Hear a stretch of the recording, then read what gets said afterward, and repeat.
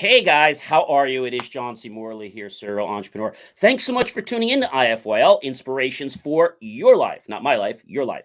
I have a great guest coming on. I'll tell you about him in just a minute. But this whole week, ladies and gentlemen, in case you're wondering, we start on a Saturday. We roll all the way through that week, and we finish up on we finish up on a Friday. So there's 7 days, and it's really cool because we have a master topic. We'll get into that in a minute. But I want to say thank you to all of you guys for watching the show. And I want to thank those of you that have been supporting me for so long, friends, colleagues, associates, people I don't even know personally, but I thank you really from the bottom of my heart. And I also want to thank you if you're rewatching us. That's 1 a.m., 1 p.m., 2 a.m., 2 p.m., 6 a.m., 6 p.m., 12 midnight, 12 noon, or whatever time you're watching us. It doesn't matter. I appreciate you taking the time to make us a part of your life. That means a lot to me. And, we try to bring some great guests on. We try to give you some great information. And so I definitely hope that you guys will get engaged. And feel free to watch this stuff over and over and over again. I think you will definitely have an amazing experience with, what we're doing here on the show. So let's get right into our master topic, because I know you guys are all waiting for it. Here it is, everyone. Here it is. How to build an A-team. Now, I'm not talking about the TV show that was on many years ago.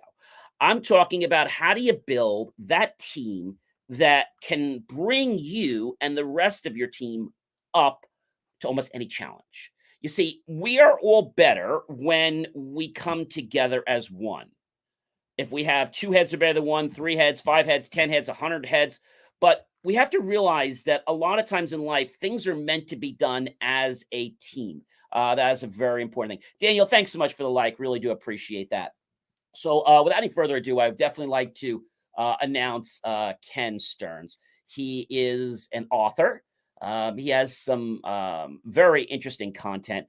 He is the host of the JAR podcast and founder of the JAR Foundation, a not-for-profit.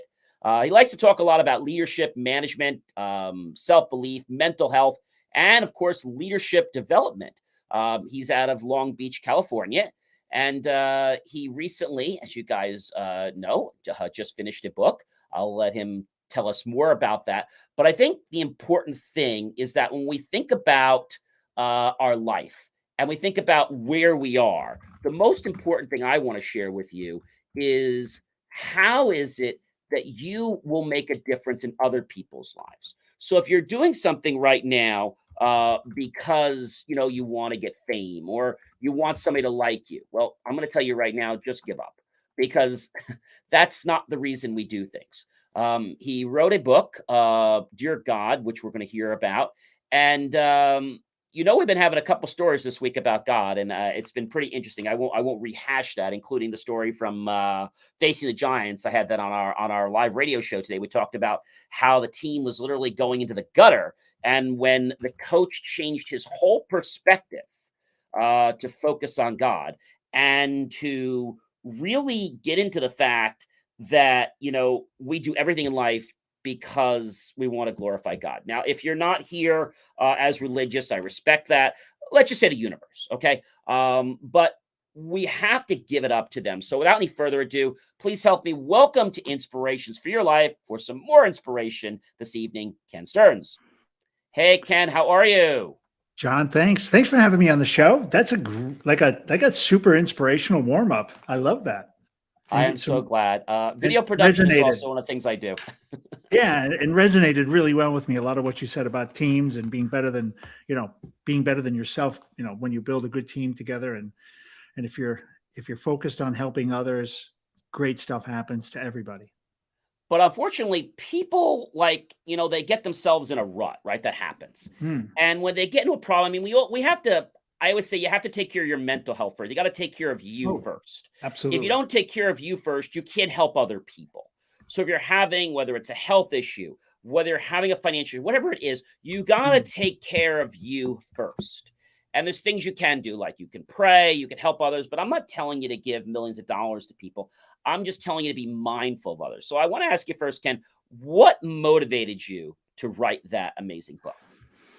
Yeah, it's a great question. And I started off with, actually, the first book I had conceptually was these letters to my father. So I had the first book was Dear Dad, which I haven't written yet. And the idea was writing letters to my father about stuff, business stuff, achievements I'd had or setbacks I had, because he had died when I was 28. And really my corporate career blossomed from 40 to 60. And there's so many missed opportunities to share with him. And he was a business person. So that somehow, as I was visiting my mom quite often after during the years, she had a super strong faith. And somehow I ended up with Dear Gods, writing letters to God and asking questions about faith and hope and, tomorrow, my past, tomorrow's, my yesterdays, acceptance, forgiveness, compassion. And as I wrote those, and they got buried for a long time. Corporate life came back. I had this crazy job again, and all that stuff went in a drawer. And I got this kind of cushy job, I would say. I got let go from, not let go, but transitioned from one role to another role. And the role was very easy. And I decided to pick up guitar. And before I knew it, my teacher's like, you got to write a song. We should write a song. We should write a song. And I remembered I have all these words written down in these books. I have all these notes, and pulled one out and pulled the file out and figured there's a song in there. There's lyrics in there. And so sure enough, there was. And on a Sunday afternoon, we sat down and wrote a song from words that I had written maybe 2 years prior. That got me so excited. I loved writing songs and started writing more songs, and I didn't have enough words. The book wasn't written. It was just some, gobbledygook stuff in the drawer. So I had to start writing the book to satisfy my love of songwriting. And before I knew it, the book overwhelmed me. The songwriting was secondary, and the construct of the book and the ideas in the book really overwhelmed me. And that was it. And I started writing the book. And before I knew it, it was, there I was. I was down that road. I think a lot of people, I've been religious since I went to religious grammar school, say preschool, grammar school, high school, and even my college had that component, even though that was not the whole thing of the college. I think some people turn to God when they have a problem. Yes. And what I've noticed, because we all have challenges in our life, and I always said it's not if we're going to have the challenge, because that's going to happen to everyone. It's how we choose to respond to that challenge, or how we Yes. interact with others about it. And I think there was a lady who was telling a story I was reading the other day, and she hated God. And so she's yelling and screaming at God. She's yelling at him for all these things happening in her life. And after she did that for a couple hours, she started to feel better about herself. And she said, I guess God must be happy that I'm talking to him, because interesting. So she feels better. And so I find that I'm very much into believing about divine and divine timing.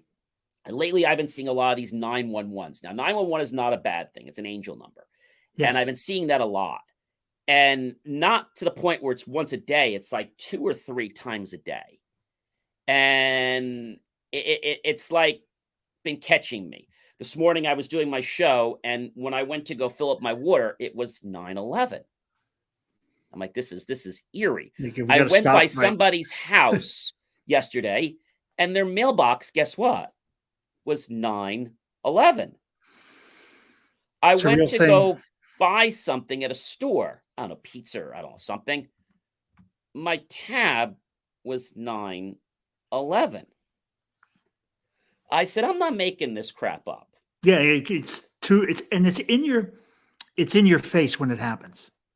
It's in your face. That's the part that's powerful to me. What I found is that, no one's a saint, far from being a saint. But what I'll tell you is that when you start to curb your ways, when you start to get rid of the things that are causing a problem, and you start to make that good faith effort to get rid of them, I find that you start to get a grace of God. Because it's like we always seem to do things when we want his help. But if we make it part of our life every day, like we're going to eat, let's go have grace before we eat, not just because I need him today. And this movie I was telling you about is they said, we should always give the grace whether we win or whether we lose. Yeah. And so what would you say is the most powerful story that you wrote? Because you wrote a lot of letters in that book. What would you say is the most powerful letter that you wrote?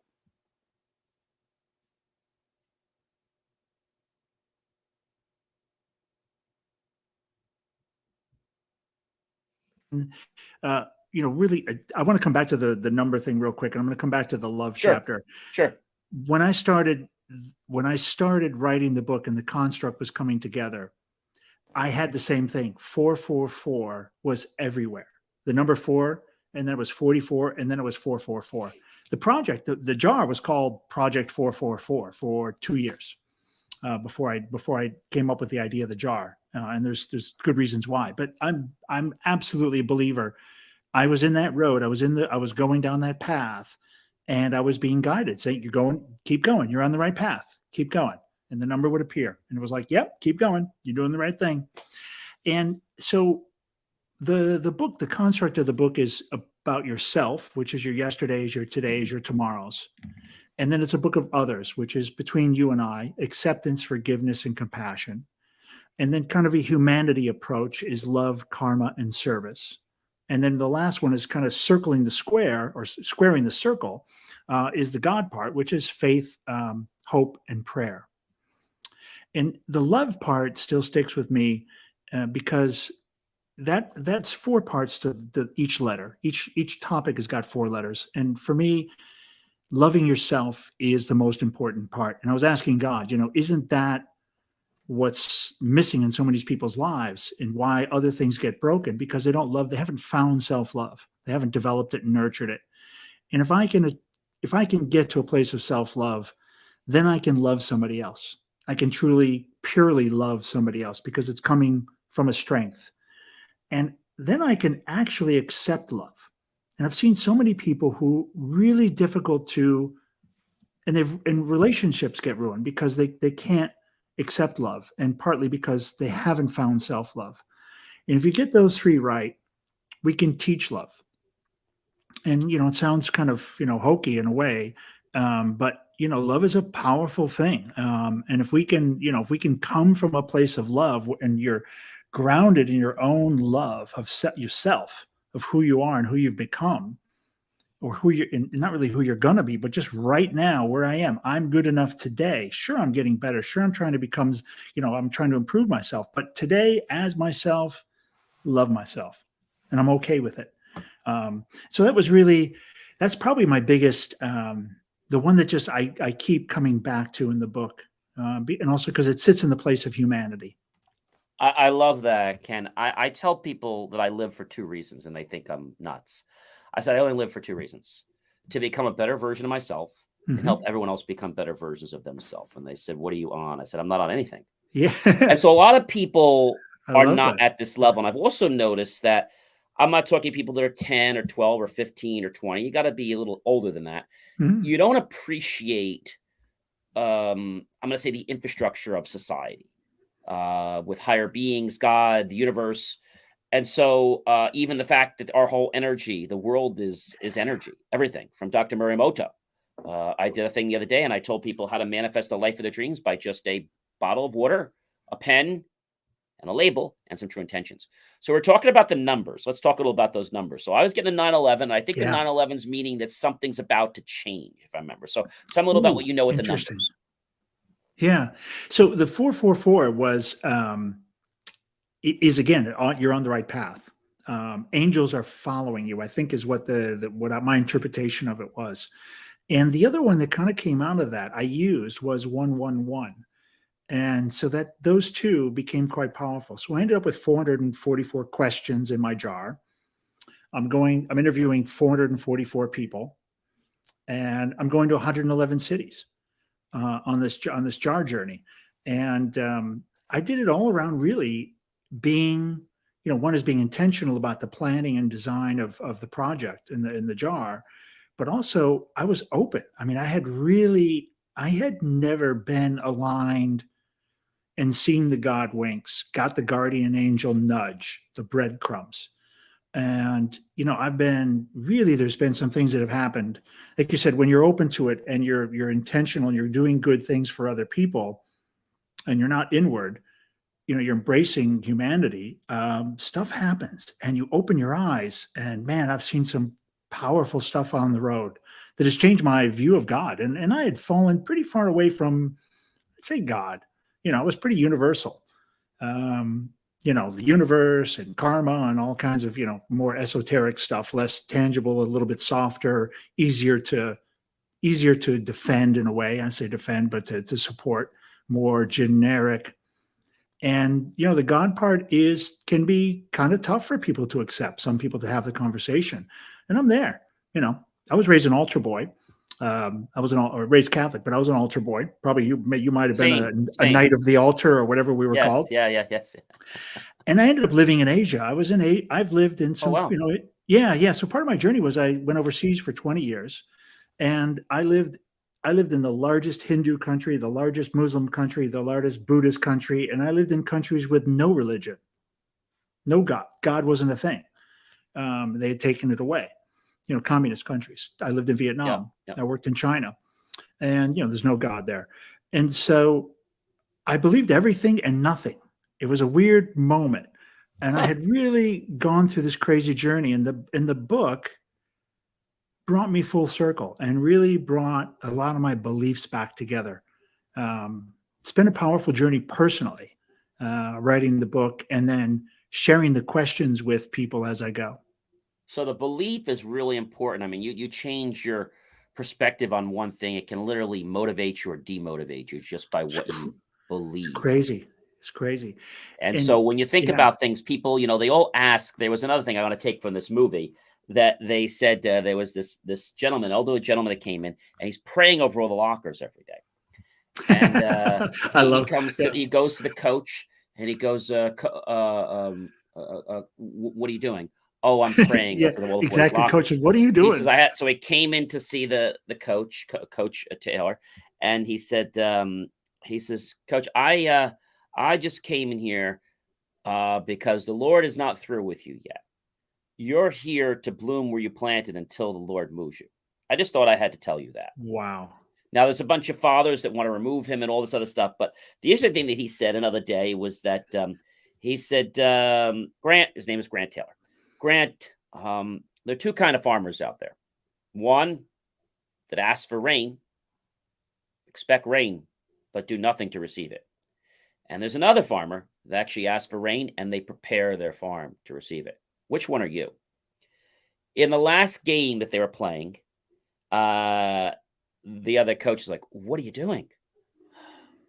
I'm praying for rain. Maybe he'd already prepped the field. He already had prepped the field. Yep, he already had prepped the field. And you've also you got to believe that that's an important thing. And I believe that if you are doing something with the right intentions, you have all blessings. I mean, you have the blessings. And I think some people get tied up because, either they lost a relative, a friend, whatever it is, and they get mad at God for that. Mm-hmm. But that's not God's fault. And so I think that's why a lot of people have an issue, or maybe they are upset because they lost him in 9/11. That's not God's fault either. And so, yeah. And there's always, you got to, it's like the Albert Einstein quote, right? You either believe everything is a miracle or nothing at all. And that quote, when somebody told me, just so blew my mind, because it validated everything. It made me take one more step towards God, towards believing, and towards seeing what's going on around me, seeing the breadcrumbs, seeing the winks, because eventually you do think it is all a miracle, actually. And it's all pretty intentional. But you've got to actually stop to smell the roses. Like, if you're just plowing through life, you're going to miss the signs. You're going to miss the that was me. Absolutely. Just plowing through corporate life, head down, grinding away, not open to anything except the next corporate thing. What made you want to change that, Ken? What made you want to change that path? I got to the end, it was time to come home. I was kind of stranded in Asia. I was a particularly freaky, had this expertise that they would pay me well to do. And, and I could have stayed there.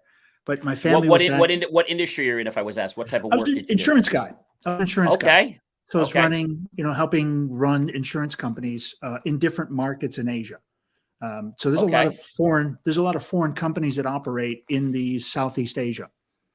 Oh, wow. Okay. Yeah. So a lot of American brands, AIG, AIG's got a big presence. Hopefully Prudential no was there. SVBs. Hopefully Yeah, nobody no. from the SVB bank. Well, thankfully they don't, most of the Asian countries don't, back in the other crisis, the banking crisis, they were all insulated, because we're doing these banana stuff over here with, the way they invest, the way It's they invest crazy. And our money. the bank Yeah. actually wasn't honest to everybody, because back in January, the bank was already selling themselves out. They were selling half their shares out. Absolutely. And they're like, well, what do you want? You just gave half your bank away. Like, of course you're not going to have the money. Like, are you guys a fool? Like, what are you doing? You didn't Nuts. tell anybody you sold the money. Yeah, and maybe by law they didn't have to. I mean, it looks like the bank didn't do anything wrong. They made some risk management decision They made some risk mistakes. management things, but they did sell a big percentage of their stock. Yes. Yeah. And yeah. I feel that that's something that I thought you would have had to notify somebody of doing, because that is not your money. And I don't know. And that's some of that stuff. It's not clear. I didn't go to the detail on the back, the full autopsy. But yeah, it was just getting, it was that idea that it was time to come home. I felt that compulsion. And, so I started these little intentional things without any expectation of the result of where it was going to take me. So that, the first one was I picked up guitar, and that changed. I picked up guitar and I met a guy who changed my life. Oh, wow. It changed my direction of my life. And he's a bastard child of a priest from the southern Philippines. Oh, wow. Zero in common. And I found him on Facebook, and, he was my teacher. Yeah. And and step by step, he's like, we should write a song. And he was put in front of me. I mean, I truly believe he was put in front of me. And, his inspiration, we should write a song.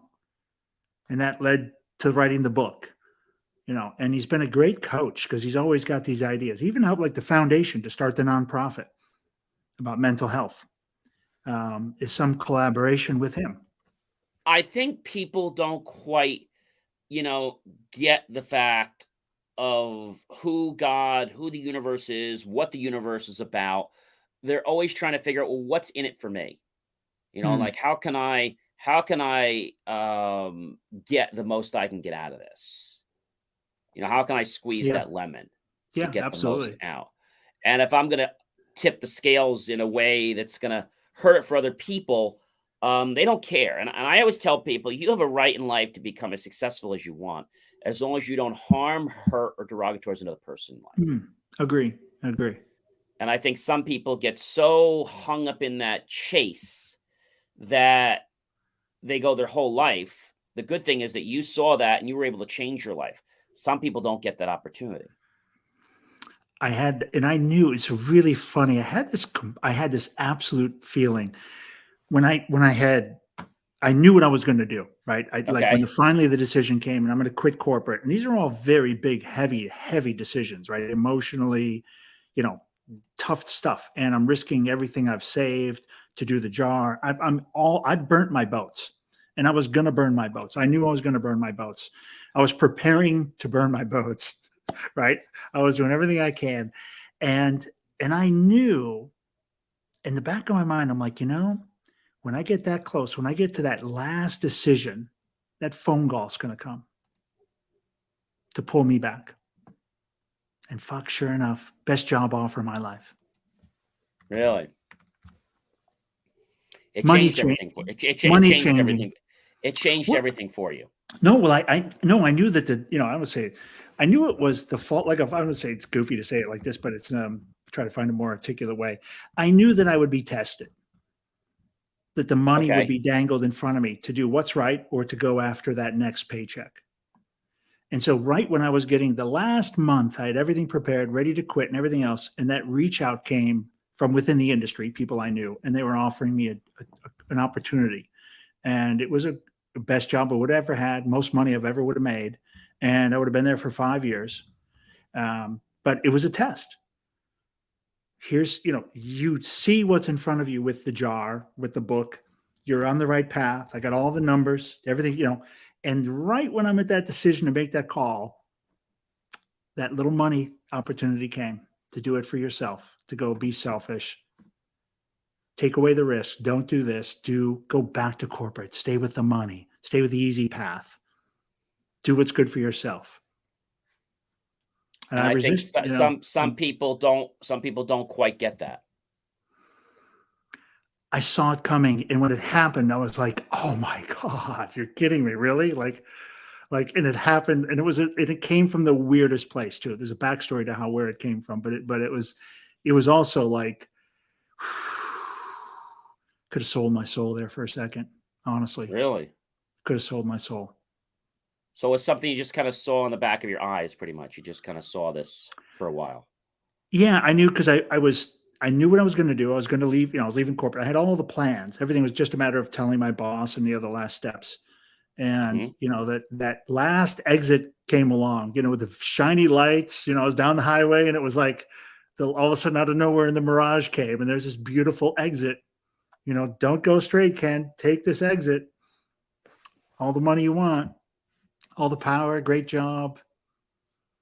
It's painful. But some people, I guess they don't have the persistence, they don't have the patience, they don't have the motivation to do that. I think that's why they work for a company, because they're not able to find their true life purpose. They're not able to create one that's I think that's what it was. I was very fortunate, John, that I had found what I thought would lead me to my life's purpose. I didn't know at the time where it would lead me. But what I'm doing now is really, truly the most amazing thing I could ever imagine doing. And that's the most important thing. And if it touches people's lives and it has challenges that people can overcome, I mean, that's the whole thing. But I want everyone to know watching this that it's not a magic bullet. It's not like you're going to listen to any of these and you're just going to magically, just take that bullet and it's just going to happen. It's not like that. It's a gradual progression Absolutely. of you moving from one state to another state. And, I always say to people, let's say some people that might have been overweight. Well, you didn't get there overnight. You got there from a set of decisions over time. And so you're not going to undo that overnight. Absolutely. And the same thing I think happens to people in their lives is if they've been in a company for so long and they've been under all this corporate structure and now they suddenly have to not have it anymore. Do they have the discipline and the mental ability and aptitude to actually to live a life purpose? I think that's something a lot of people can't do. It's a tough. I think I like the way that I found it, and maybe that's the coaching or the sharing that people can take away. Is I did very intentional things, again, without any real expectation on the outcome. And I did things not in my corporate life. I did things, for myself or for others, so writing the book, playing guitar, picking up the camera, and just being open to what may come from that. But being, like this momentum, one of the, my Ken's rules we talked a little bit about is momentum, and, creating momentum in your life, as opposed to being stagnant in a corporate life. And you're in this role and you're 55 and, the next role is this, or you're going to be here 5 more years and you're stuck because you're not creating your own momentum. You are literally you're part of the machine, right? You're not in control. And I think that's where people also get anxiety and they're worried about, how can I break away? Because you're not in control of your life in that way. The more I tell people is the more that you are not in control, the more you are in control. Yes. And that's perfect. I was totally not in control of any of this, but I was absolutely driving the bus in a weird way. Yeah. And so I think that's a hard thing for some people because they have to be okay with the fact that they need to let go. And the more they let go, the more they'll see things that they actually can be involved or can control. But it has to come from that perspective. And I know a lot of people, they're not ready to be business owners. They're not ready to be entrepreneurs, serial entrepreneurs. They're ready to just punch a clock every day. There's nothing wrong with that, but that's that person's makeup. They're not here to be keynote speakers like you and I. And there's nothing wrong with that. It's just that's not their purpose in life. Yeah, and they haven't. It's funny. What you said was kind of cool. Reminds me, several times I was asked, "What happens after the jar? You go to 111 cities. You interview 444 people. What do you then? What? I don't know. I mean, I don't. I haven't. I'm assuming something like I'm assuming I'll know then.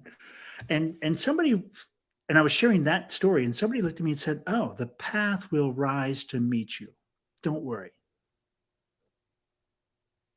It's kind of like the teacher will appear when the student is ready. This is it. I'm in class right now. I'm in class. And when it's time, I'll be I showing think it. everyone is in class for our entire life. And those that try to prevent learning are not only doing a disservice to themselves, but to the entire Yes.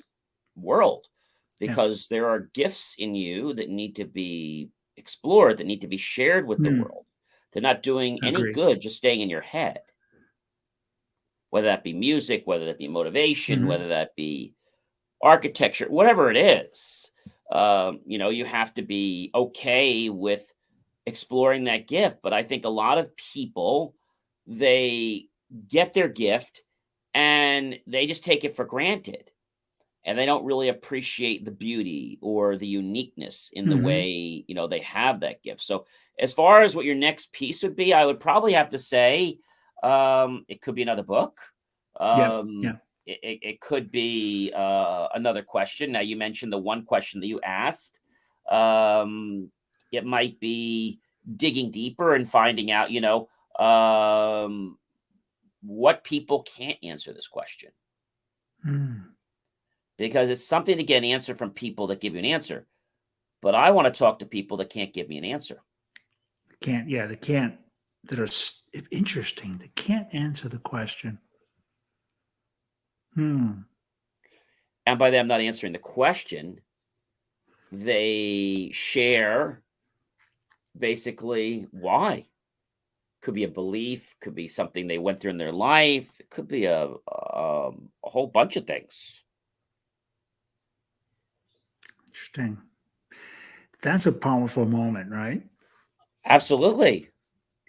Looking at the question, I just filled out a request to be on a show, and they asked me, who would be your board of direct, like your mentor, like if you had a board, like an advisory team, who would it be and why? I couldn't answer the question. Why do you think? And that's like, you're just him. Like, it's almost like it's almost like we were supposed to have this conversation, right? If you believe, like, for you and I, everything we've just said, I'm supposed to share that and I just wrote, it's such a powerful question. I need to think about it. And I didn't want to be flippant on it. I felt it was a serious, like I could have been flippant and said, "Oh, I've got my daughter, I've got this, blah, blah." I could have made it something up, but I didn't want to be flippant about it. And I don't know. It's John, it's a great question. I don't know who I'd want on my team, and I don't know who would be and why it would be that person. It's really been a powerful, this happened 2 hours ago, and it's really stuck with me. Well, I would say, Ken, it has to do with something that hasn't been shared yet. Yeah. And I think that if you were to go back out and say, hey, you asked the question, and what was the question you asked everybody? What was the exact question you asked everybody? No, this is the one that I got. This is the one that was a question to me. The one that you did, the 440 something. What was the question you asked everybody there? There's 444 questions. Oh, they're different questions. All different questions, pre-printed, and they come from the book. Okay. And the questions were all about God or about different things? About your yesterdays, your todays, your tomorrows, acceptance, forgiveness, compassion, love, karma, service, faith. So there are 440 some questions here. Yep. If you don't feel, I'm saying there are 440 some questions here. Take a moment, try to answer at least one of them. If you can't, I'd like to interview you. I'd like to know why. Yeah, you can't answer those questions. I want to know what makes you feel this way. I want to learn this. Yeah, it really, I I have a feeling tomorrow it's going to kind of like, it's one of those where it needs to cook. I was asked that question for a reason. It's a powerful question. It's a great one. It's a powerful question. And the most important question is the question we don't ask. Yes. This has been the fun part. The jar is asking, seeing, because the concept of the jar is I've got this big jar, it's printed, beautiful glass jar, and the questions are inside, and people pull one out, and they talk about it. They share their interpretation of the question, then their life experience around it. Like, what is love? What is God? Even there's a God question. There's a what is God question in there. There's all kinds of questions about How about faith. this? How about asking the question about what you believe it is now, and then at the end of the seminar, what do you believe your answer is to the same question? You've had a lot of different people give us answers from all different parts of the world. Is your answer the same? Is anybody's question different than when they started? Does anybody have a different answer than when they started? Yeah, there are for sure, as people go through, because we have about an hour and a half of playing with the jar, about 20 minutes of personal, but it's a good hour and 10 minutes of pulling questions. And it's super cathartic because everything in the jar is about humanity, and it's all stuff you've thought about. There's nothing in there you've never thought about. But you very rarely get to articulate it. And so people do, through the course of answering the questions, that I can see they become a little bit different. They do line up, they get into the spirit of it, right? They get pulled into this moment of waiting to see what the next question is and to see where it will take them personally, like in their mind. And I can watch them literally they go to another place when they're read these questions. And it's powerful. It's really powerful. It reminds me, when you think about the question, like you said, and them getting the answer, if they're able to give you a different answer, right? Yeah. And knowing what that does for them. Because a lot of times when they give you the answer, like maybe there's a story that made them think that. Yep. And, emotions are very powerful. But this gets me to something else, which we don't hear a lot about, but it's becoming a little more popular in the 90s and 2000s now. And that is the whole concept of masculine, feminine. The fact that, many years ago, well, gentlemen aren't supposed to have feelings. They're not supposed to do this. They're not supposed to that. So we've kind of changed that a little bit. And so, and the same thing with the lady now is, well, they have to be masculine. And so it's like there needs to be a balance. And you need to be okay with who you are as a person. And if you can be okay with who you are as a person, okay, then you can actually start to tap some intelligent parts of your head. So there's neural pathways in our head. And so when we start to explore, let's say, more of our feminine side, okay, and more of the masculine side, we create more pathways in our head. And so that creates other ways that we can get information across, all because we're open to having that experience. That's so true. People that, and I know because I've had friends like this, they're top in the let's say financial industry. And a couple of them were, I'm going to call them risk analysis people. Okay. And, they're the typical, very arrogant people. Some of them are millennial people, nothing wrong with the millennials, but they have this attitude that, I'm better than you. And these are the kind of people that when they have an intern come in, they're going to never praise the intern.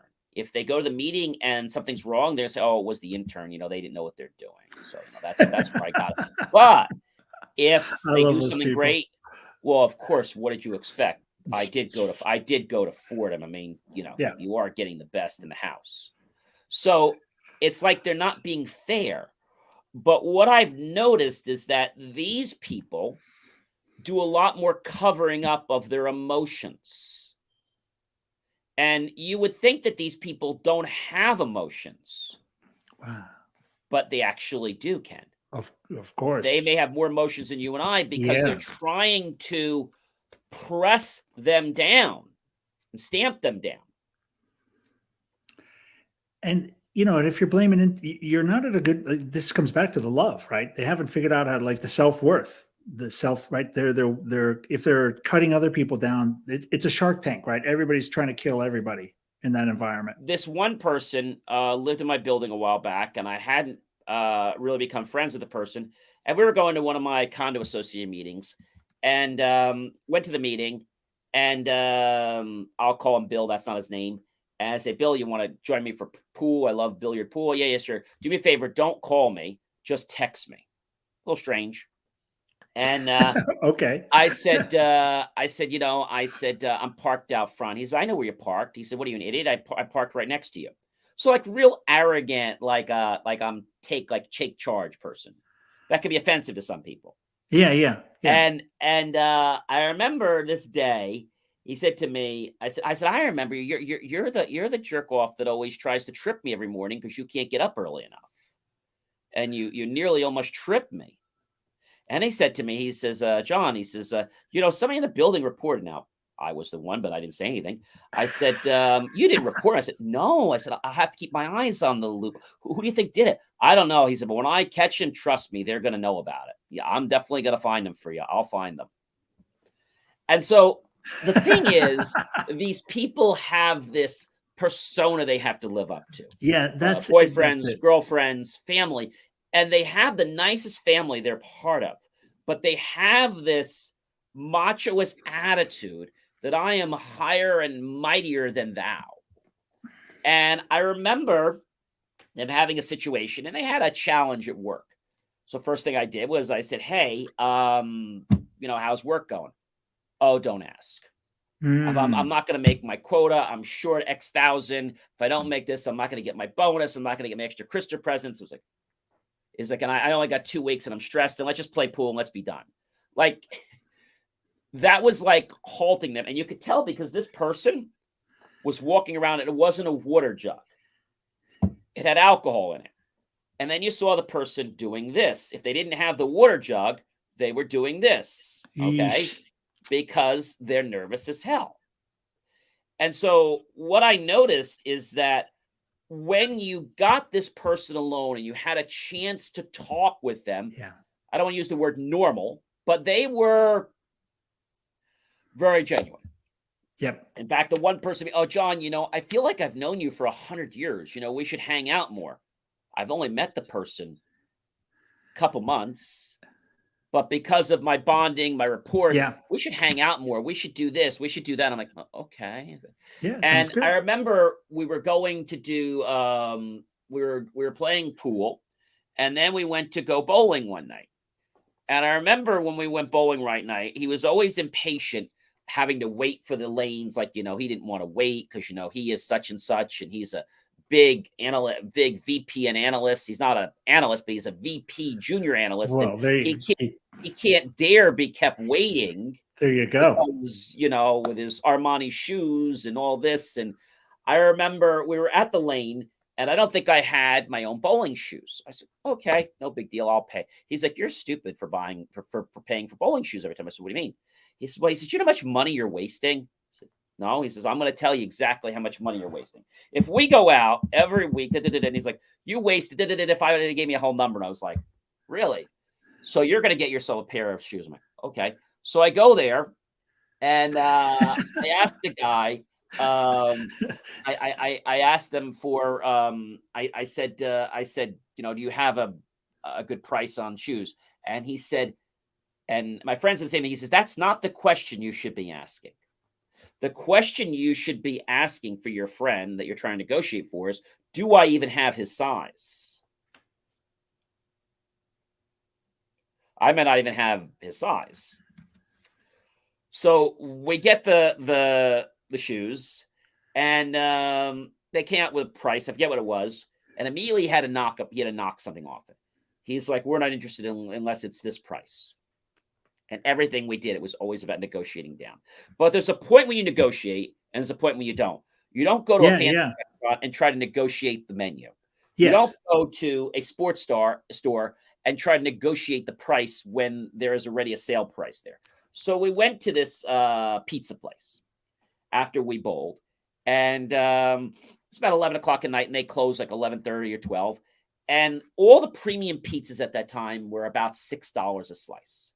So if we each got a slice, that would basically be $24 if we each got us two slices. So he goes up to the guy, Armando, there at the counter. He goes, boss, amigo there. He says, yeah. He says, what's your specials? He goes, specials, senor, over there on the board. Yeah, I it's on don't the want board. those specials. I don't want those specials. I want the real deal. First of all, let me be frank with you. You're closing in less than an hour. Okay. You and I both know that this pizza pie doesn't cost more than $1.50 to make. All right. So I am not paying $6 a slice. Oh Okay. my God. When you're going to throw this thing away in a half hour, 45 Yeah. minutes. So he's going all up in him and his junk and everything. And he kind of gets upset because he's not going anywhere. I go to the guy, I said, look, I apologize. I said, my friend's just a little bit high strung and he always has to get a great deal. Oh, no problem. No problem. I said, what do you want? What do you want to eat? Just give me a one slice of such and such. So he gives the slice. So I figured I'm going to get a bill for $12 plus whatever we got. So I get the bill and he had a water. I had a water. I said, sir, what do I owe you? Yeah, just give me $2. I said, you sure? He says, yeah, just give me $2. So I go over the table. He said, how much did they rip you off for? I said, well, they ripped me off for a whole $2. He's like, no way. I said, yeah, $2. He's like, well, you know, it was me that actually got that for you. The guy did it to me because he felt bad with what this guy was putting me through. Yeah. And, you know, the point that I'm making here is that these people believe not only that they're above that, but they're above the law.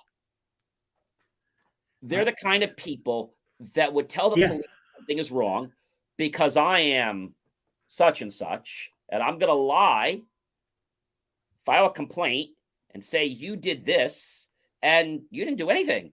But because I have a lot of money and my parents have a lot of money, I'm going to lie, I'm going to win, and they're going to believe me and not you.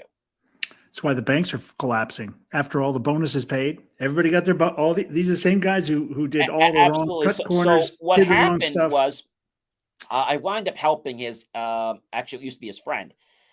And his friend had said, you know, he didn't do any of this stuff. My friend was almost taken to jail because they told him he was stalked and all this other nonsense. He didn't do a thing. My friend is so gentle. Whoa. And he said that he is basically, his family is, it's like a threat. Like he feels like a threat. Yeah. That he can't live because my friend's still on the street.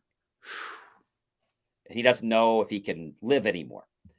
And so this whole thing went by. They hired their bulldogs or whatever. And so I said to him, I said, don't worry. I said, it's real easy. I said, we're going to win this. He said, how? I said, we're going to file a counter lawsuit. But you can't do that. I said, they're telling you can't do it. Trust me. I had pre-law. I decided not to be a lawyer because I can't lie to people for a living. But I've actually prosecuted 6 people in Bergen County for stealing scripts. And I'm very good at getting people arrested for criminal, let's say, forensics or other types of things. I said, this is peanuts for me. So we filed a counter complaint. We went before the judge. And the judge was like, you know, we can't honor this. And I said, Your Honor, he said, are you an attorney? I said, no, I'm not an attorney, but I would say I have as much intelligence as they do. And I'm also an engineer, so I'm pretty smart. He goes, so what's your stick in this? Well, this is a friend of mine. This guy's wasting my time. He said, I don't have time for this Geraldo Rivero and this other, you know, Judge Judy stuff. I said, well, my friend didn't start this. Okay. So we're just looking for a chance to make it right. Yeah. So he's pausing. He's like, all right, I'll grant your request. Grants the request. My friend finds out about it. His supposed friend, and he gets a restraining order against him now. A reverse restraining order, which that didn't go over too well. Now, I should tell you, they spent $10,000 to frame my friend. Goodness gracious. They were sick. So now they do this whole thing, and they go through this whole thing, and they go to court. The attorney that he had hired for him does absolutely nothing. He's just terrible. And so the court says, well, are you going to have an attorney?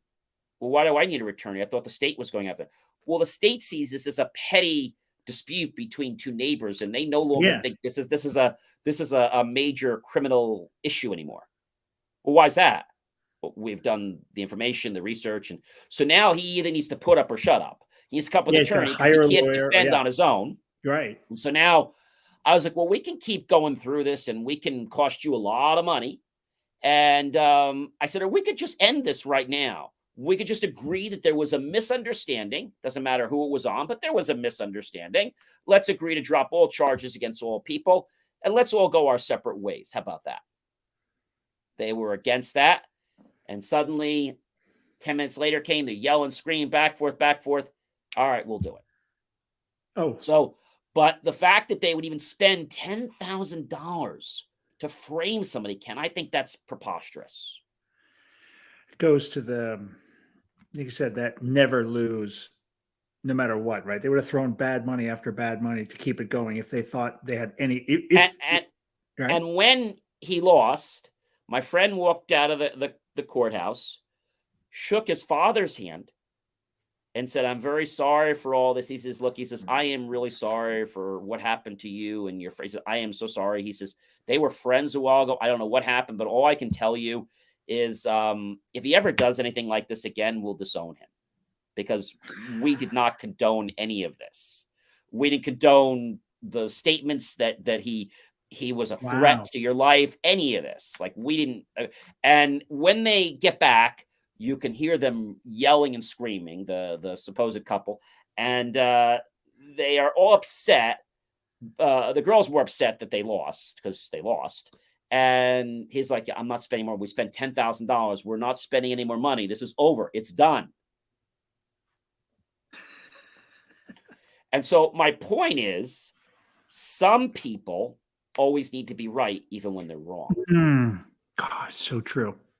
And to Isn't the lengths that they will go to prove whatever that is, prove they're right. And the amount of heartache and pain that my friend went through for months, because having that thing going to court every couple weeks, that was a waste of his time. Yeah, it's a real waste of his time. And he didn't do anything at all. That's the best part, right? Didn't even no reason for this. Yeah. And when the prosecutor said, he really didn't do anything. Like, why are we even involved with this? Yeah, why the prosecutor must be like, why am I here? Right. Well, finally, he was thinking there was really a problem. But then when he started doing some digging, he found out my friend's really not into hurting or causing this kind of problem. Maybe we should look into the person's behavior and start to see what's caused. And we found out that the person teaches school. I politely said that if we can't solve this, maybe we should let all the schools know in the United States that perhaps you shouldn't be teaching schools to kids. Yeah, if you got that kind of malice in your heart. Right. So it was a very interesting type of thing. But I say this to you because these people that have this kind of attitude, they just don't know when to stop. I've seen, this is interesting. I mean, you bring up some, reminds me of people that I know just like that. And, I say to people, and I told my friend this, when you get bad energy, okay, because people have bad energy sometimes, I say, look, I know you're having a bad day or this or that, or you didn't show up. I say, look, I get it. Things happen. Listen, I don't want to keep hanging with this. So, next time, make sure that you really make sure you have time for me or, you're going to spend the time that you promised, yada, yada. Happens a second time. Okay, great. Listen, this happens again. We're just going to say goodbye. Oh, okay. No problem. Happens a third time. Yeah, Mark. Yeah. What's up? We'll just reschedule. No, we're not going to reschedule. I'm sorry. Well, why not? Goodbye. What do you mean goodbye? When do you want to do it again? I don't. Yeah, not happening. What do you mean? Like, where do you want to go? No, you had your chance. Strike one, strike two, strike three. What? No, you're done. We're done. It's over. And you have the right to do that to people when they don't treat you with the right attitude. Agree. Yeah, respect is absolutely a two-way street. But can you believe somebody that would use their malicious power to lie to law enforcement and make law enforcement feel that there's a threat person living? That's bad juju, right? Like you said, there are some people that are just bad energy. And I think you have to be. It took me a long time to realize that. Um, I was going to do a speech today Okay. into a little kind of a talk, motivational march Okay. plus me motivational march for LA school district. And Okay. I was supposed to zoom into a call, but they went on strike, like just randomly That's happened to right. be. Yes. Yes. Yeah. Yes. Yes. So my speech was off, but one of the lines in there, the last two questions that they asked were that things, the biggest challenge in life and the biggest accomplishment. And I ended up writing down on there the biggest challenge in life for me in this context was knowing who my friends were and knowing who I was, finding myself. And ultimately, my biggest accomplishment, I think now at this point, is I do know who my friends are and I know what they look like. I know who my friends are. I found them, I keep them. And I It's found funny how myself. they have their hand out. You ask somebody for help, and oh, I got this, my shoulder, my this, I got that, and they have a medical emergency. I get it, but that medical emergency doesn't last a whole year. And when that happens, I just don't even bother with that person anymore. Yeah. Because I figure if you're going to be that much drama in my life, I don't have time for you. Oh yeah, and that'll suck you in. I mean, that's the kind of drama that'll absolutely draining. It's negative, super negative energy. And then that'll prevent you from doing what you want to do. And I'm gonna we're almost out of time here tonight. But the other thing I would tell you is that you have to not be afraid in life because a lot of people say, I got to get everybody to like me. And so you got to get off that boat right away. Oh God, See, forget that. everyone in life needs to not like you. And I don't Yeah, mean everyone should not like you, but if everyone likes you, Ken, it means you're not bringing your A game to the stadium. And if you don't, somebody else will, and they'll win the game. you've got to and I think if you do bring your A game, especially people like that, you will put people like not you will not put them off. They will be threatened. They'll be intimidated, and that's a tough fight, right? You got to bring your A game. I'm 100% believer in that, and that will shine. It'll speak for itself, and And you'll you're get going to get those people followers. that are going to try to stop you, say, hey, don't do this, Yeah, don't do that. And I always say a friend is not someone that tells you to not be who you are. You know, well, you can't wear red today, or you can't eat that, or you can't mm. do this, or you can't do that, or don't park there because I just don't. Like, who are they to even say that? So if somebody is telling you how to act, how to be, how to talk, how to dress, they're not your friend. Absolutely. But they have their hand out looking for something. So as we wrap up, Ken, I just want to ask you, so what do you think is the most important thing for an A team? Because we've been talking about A teams a lot this week. What's the most important component in building an A team?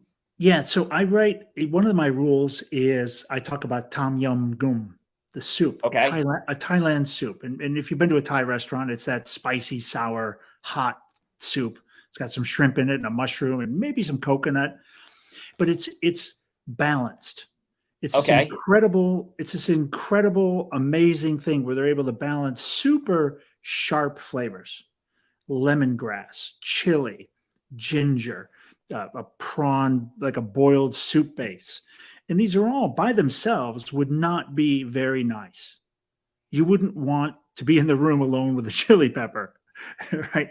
But when you bring this together in a soup, in a way where the chef brings it together, it's this diversity, and not for diversity's sake, but for diversity of talent, things people, diverse experience, diverse skill sets, diverse you know uh, holes that they can't see, things that they're not strong at.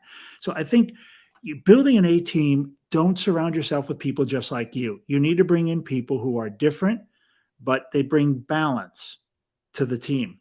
So sometimes you got too many chili peppers in your soup, and your team's not going to work. And you So got to research the team before you build your team. You got to make sure that we've talked about, you got to figure what the team's function is going to be. And then you got to for figure sure, out what yes. kind of people you need to bring to that team, what type of resources. I know when I was in college, and that was like my first successful A team, because the ones in high school are really not A teams. And, we all want to get a great grade, but by the time college comes around, you're picking the people that really want to make a difference and hopefully want to be more Mm. than just get a great grade, because they're doing this to do it for a living. Hopefully they're passionate about it. Yeah. But if everybody in high school is like, oh, I just want to hang around the smart people so I could just copy their stuff. And so that's not an A team. That's No. basically copycatting everybody. Yeah. Well, you don't want that in your soup. You don't want that in your soup. You don't want that in your soup. So I think, A teams are not overrated. They're not something you can build in 24 hours. No. But when you put the time in to build a quality A team, you'll find that not only will you have an efficient team, but you'll attract others, and it will also help the rest of your processes in the company. Even things that A team's not part of, because they won't be wasting time trying to go down other rabbit holes. Absolutely. Absolutely. Ken, this has been a pleasure being with you today on IFYL, Inspirations for Your Life. Is there anything you'd like to share with my viewers or listeners before we go tonight? I think we've covered so many good points. I think just remind people that you're good enough just like you are. We can get better, we can improve, but accept yourself for who you are right now. Get behind that, and that will give you a lot of peace every night. It'll give you a lot of energy, I think, in the day to improve and not worry about what you're missing, or that you're not good enough. We're good enough like we are. We can do better, sure. And just keep grinding. I think this is the thing, and keep going with momentum in directions that you may not. You don't need to know what the result is. You don't need an ROI on everything. No, you need to be able to have a purpose. Yes. And that purpose will connect you to things that you were meant to be part of. Well, again, ladies and gentlemen, Ken Stearns here with a great book that you can definitely get on Amazon, the Dear God book. So you definitely want to check that out. Hey, John, we did just add the first part of the book of self, to the website. So if people do go to the website and they put their email in, they'll get a link. They can download a PDF. So we just added that in. Yeah, which is a kind of a freebie. It's a nice one. All right. That sounds great. Well, ladies and gentlemen, again, I do appreciate Ken joining us. So thank you so much for joining us tonight. Remember to like, love, support the channel, comment below, tag your friends, colleagues, and associates. Share this out with everyone you know on social media. The audio podcast released within 24 hours on all the major platforms. So you definitely can check that out and share that with your friends. Of course, go to my YouTube channel, John C. Morley Serial Entrepreneur. Look for that key phrase, help keep our content free. Make the choice, ladies and gentlemen, to buy my team and I a cup of coffee, a bowl of fruit, or perhaps a savory dessert. Either way, we're going to be extremely grateful for those pennies and dollars you invest into all of us, that we'll put that to new hardware, new technology, new equipment, new software, even new facilities, to give you the most jaw-dropping, motivational content, everyone, to change and empower your life. And remember what I live by: believe and achieve. BelieveMeAchieve.com, which is the QR code. Before you can do anything in life, you first have to believe. And then you'll achieve. All right, Ken, hopefully we'll catch up with you soon on the next book. Thank you so much for joining us tonight. Thanks, everybody.